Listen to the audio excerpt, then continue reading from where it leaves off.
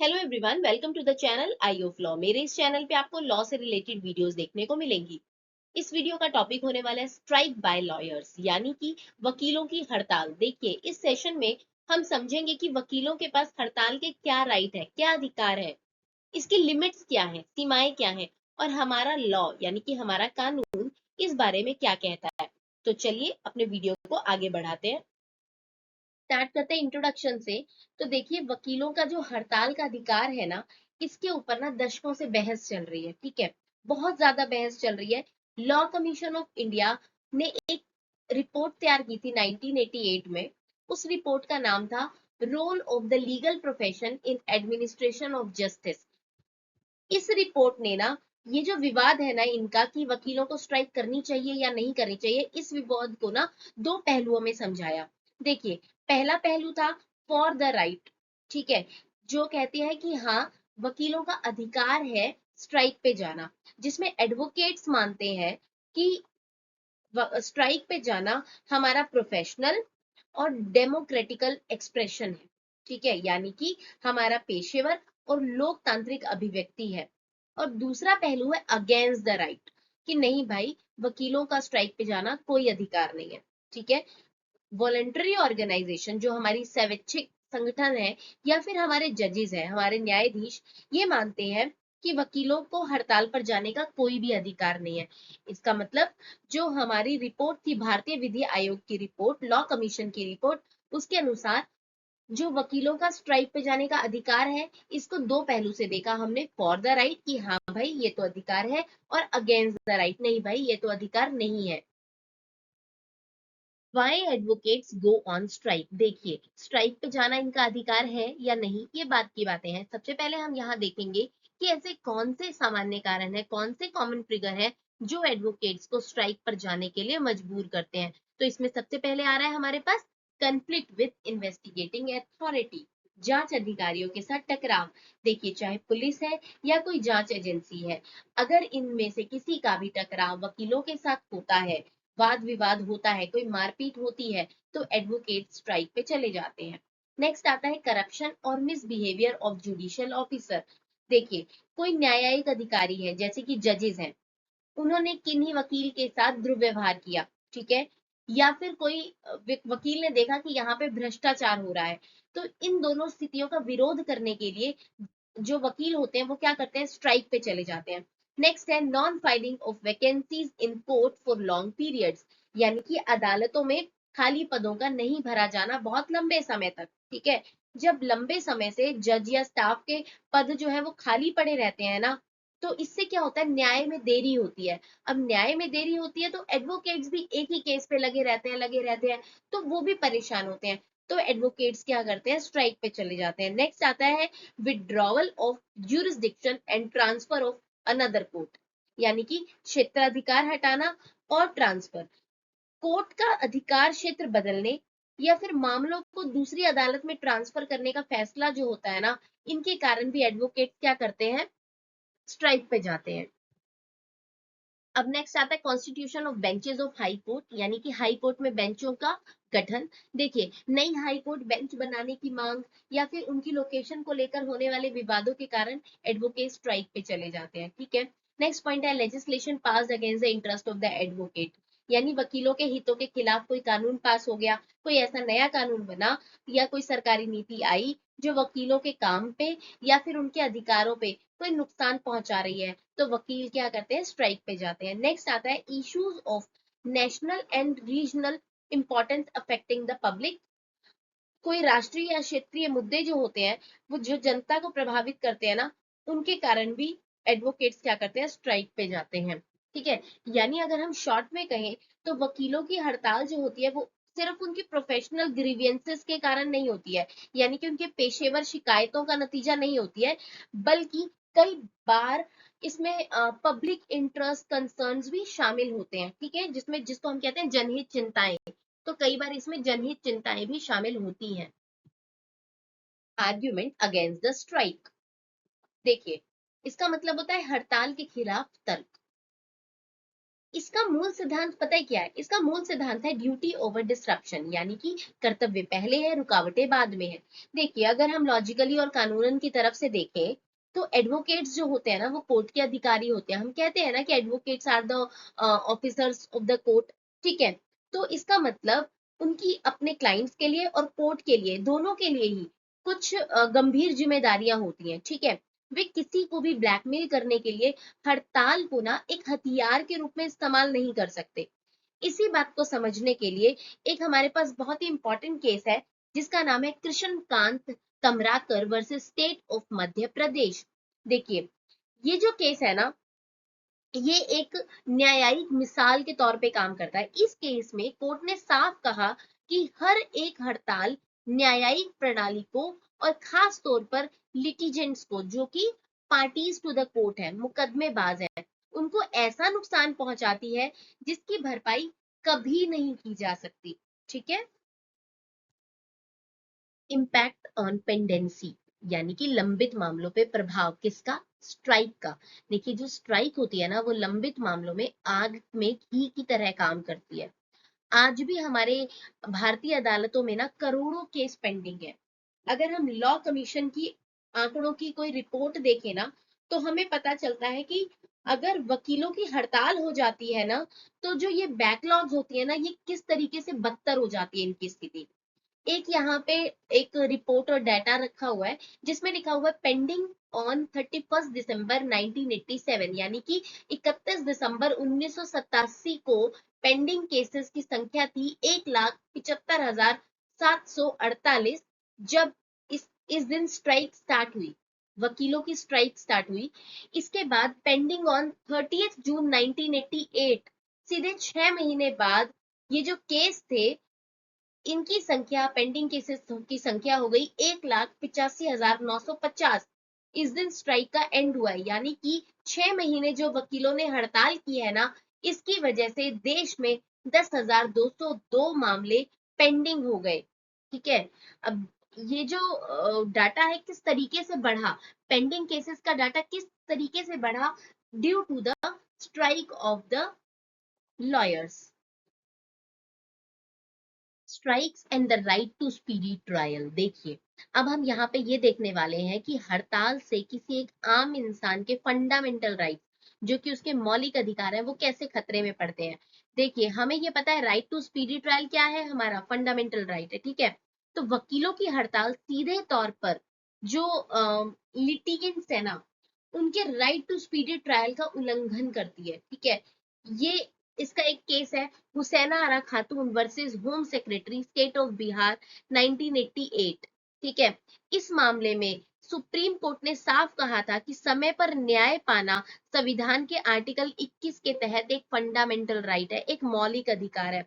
और इस तरीके से जो हड़तालें होती है ना, इसके तीन बड़े नुकसान होते हैं। पहला क्या, ये कोर्ट का जो वैल्यूएबल टाइम है ना, कीमती समय है, इसको बर्बाद कर देती है। दूसरा क्या है, जो टैक्स पेयर्स, जो करदाता है ना, उनकी गाढ़ी कमाई का नुकसान होता है, हार्ड अर्न मनी का उनका लॉस होता है। तीसरा है, इससे जनता की नजरों में लीगल प्रोफेशन जो होता है ना, उसकी जो छवि होती है, उसका जो इमेज होती है ना लीगल प्रोफेशन की, वो खराब होती है, दूषित होती है। अब सवाल ये उठता है, अगर हड़ताल सही नहीं है तो वकील अपनी बात को कैसे रखेंगे भाई? तो इसका जवाब है अल्टरनेटिव्स टू स्ट्राइक, यानी कि हड़ताल के लिए विकल्प, यानी वॉइस विदाउट पैरालिसिस। हमारे पास ना कानूनी रास्ते हमेशा मौजूद रहते हैं, जहां कोर्ट के काम को रोके बिना भी हम अपना विरोध जो है वो दर्ज करा सकते हैं। देखिए, इसके चार बेहतरीन तरीके यहाँ पे लिखे हुए हैं। सबसे पहले है press interviews and public statements, यानी कि मीडिया के जरिए या फिर प्रेस इंटरव्यूज देकर अपनी बात को जनता और सरकार तक पहुंचाइए। सेकंड है वियरिंग ब्लैक, व्हाइट और कलर्ड आर्म बैंड, ठीक है। यानी कि विरोध जताने के लिए ना काली पट्टी लगाओ, सफेद पट्टी लगाओ या रंगीन पट्टी लगाओ। इस तरीके से सारे एडवोकेट्स ऐसी कोई पट्टी लगा के चले जिससे विरोध का प्रदर्शन हो, पीसफुली विरोध का प्रदर्शन हो। Peaceful protest marches outside court premises, यानी कि कोर्ट के जो परिसर के बाहर कामकाज को प्रभावित किए बिना शांतिपूर्वक तरीके से मार्च निकालो। नेक्स्ट है रिटन रिप्रेजेंटेशन टू अथॉरिटीज, यानी अपनी समस्याओं और अपने मांगों को रिटन रूप में, लिखित रूप में जो भी कंसर्न्ड अथॉरिटी है उसको सौंप दो। ठीक है, तो ये कुछ चार ऑल्टरनेटिव है किसके, स्ट्राइक के। इसी विषय पर हमारे सामने एक बहुत ही इंपॉर्टेंट केस लॉ आया हुआ है जो है कि BL Vadera versus state NCT of Delhi. तो इस केस में कोर्ट ने बहुत ही की प्रिंसिपल्स दिए जो कुछ इस तरीके से है। Number 1, no excuse to neglect duties, यानी कि हड़ताल पर होना इस बात का बहाना नहीं हो सकता कि एक वकील अपने कर्तव्य को नजरअंदाज कर दे। ठीक है, नेक्स्ट है रिफंड क्लाइंट फीस, कि अगर वकील हड़ताल पर है तो उसे अपने क्लाइंट को नोटिस देना पड़ेगा, प्लस उसके द्वारा पे की गई फीस को भी रिफंड करना पड़ेगा, ताकि जो क्लाइंट है वो अपना कुछ और व्यवस्था कर ले। थर्ड पॉइंट है client can not make alternative arrangement, अगर क्लाइंट अल्टरनेटिव अरेंजमेंट्स नहीं कर पा रहा है, दूसरी कोई व्यवस्था नहीं कर पा रहा है, तो वकील को हर हाल में उसके लिए कोर्ट में पेश होना पड़ेगा। नेक्स्ट पॉइंट है कैन नॉट बी इंटिमिडेटेड, यानी कि जो वकील हड़ताल के बावजूद कोर्ट में पेश हो रहा है या होना चाहता है, उसे कोई भी डरा धमका नहीं सकता या रोक नहीं सकता।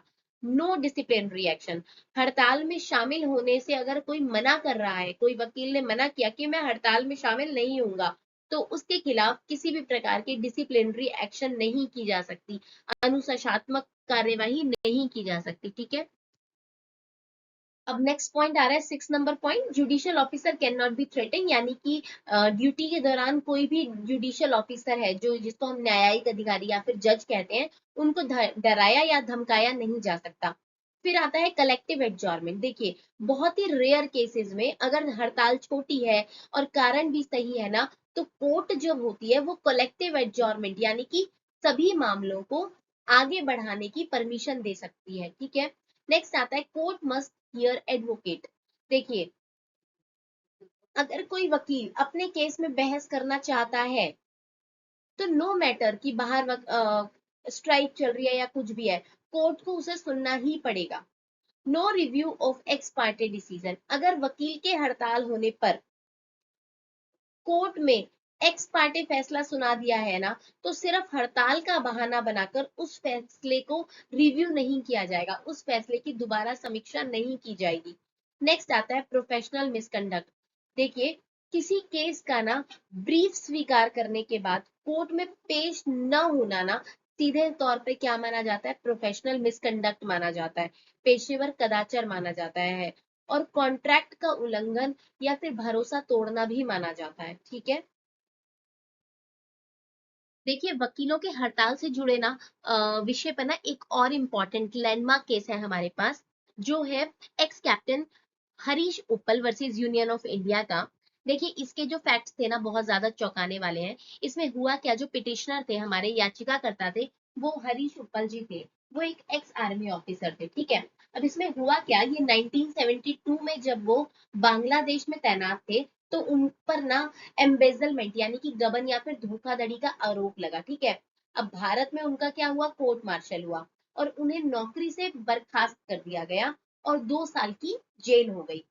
अब इसमें अपील की उन्होंने, तो इस फैसले का जो भी रिव्यू था उसके लिए उन्होंने सिविल कोर्ट में एक प्री कंफर्मेशन एप्लीकेशन फाइल कर दी। ठीक है, अब ये जो एप्लीकेशन थी ये 11 साल डिले हुई, क्योंकि कोर्ट की तरफ से ना जवाब पूरे 11 साल बाद आया, जब रिव्यू के लिए जो टाइम लिमिट होती है ना वो खत्म हो चुकी थी।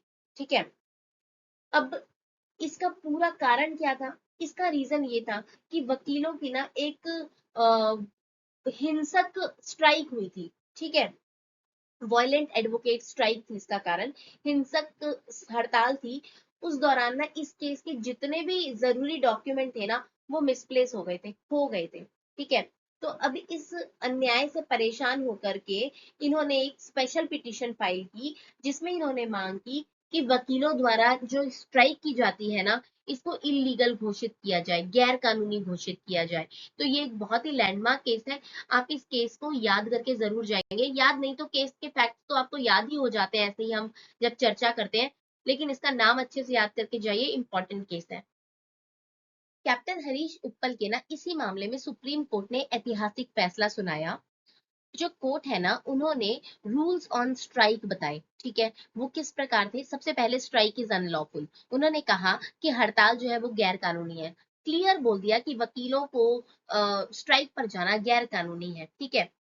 लेकिन इन्होंने कहा रेयरेस्ट ऑफ रेयर केस जो है इसके एक्सेप्शन भी होते हैं, यानी कि हड़ताल या काम का बहिष्कार केवल रेयर केसेस में स्वीकार किया जाएगा।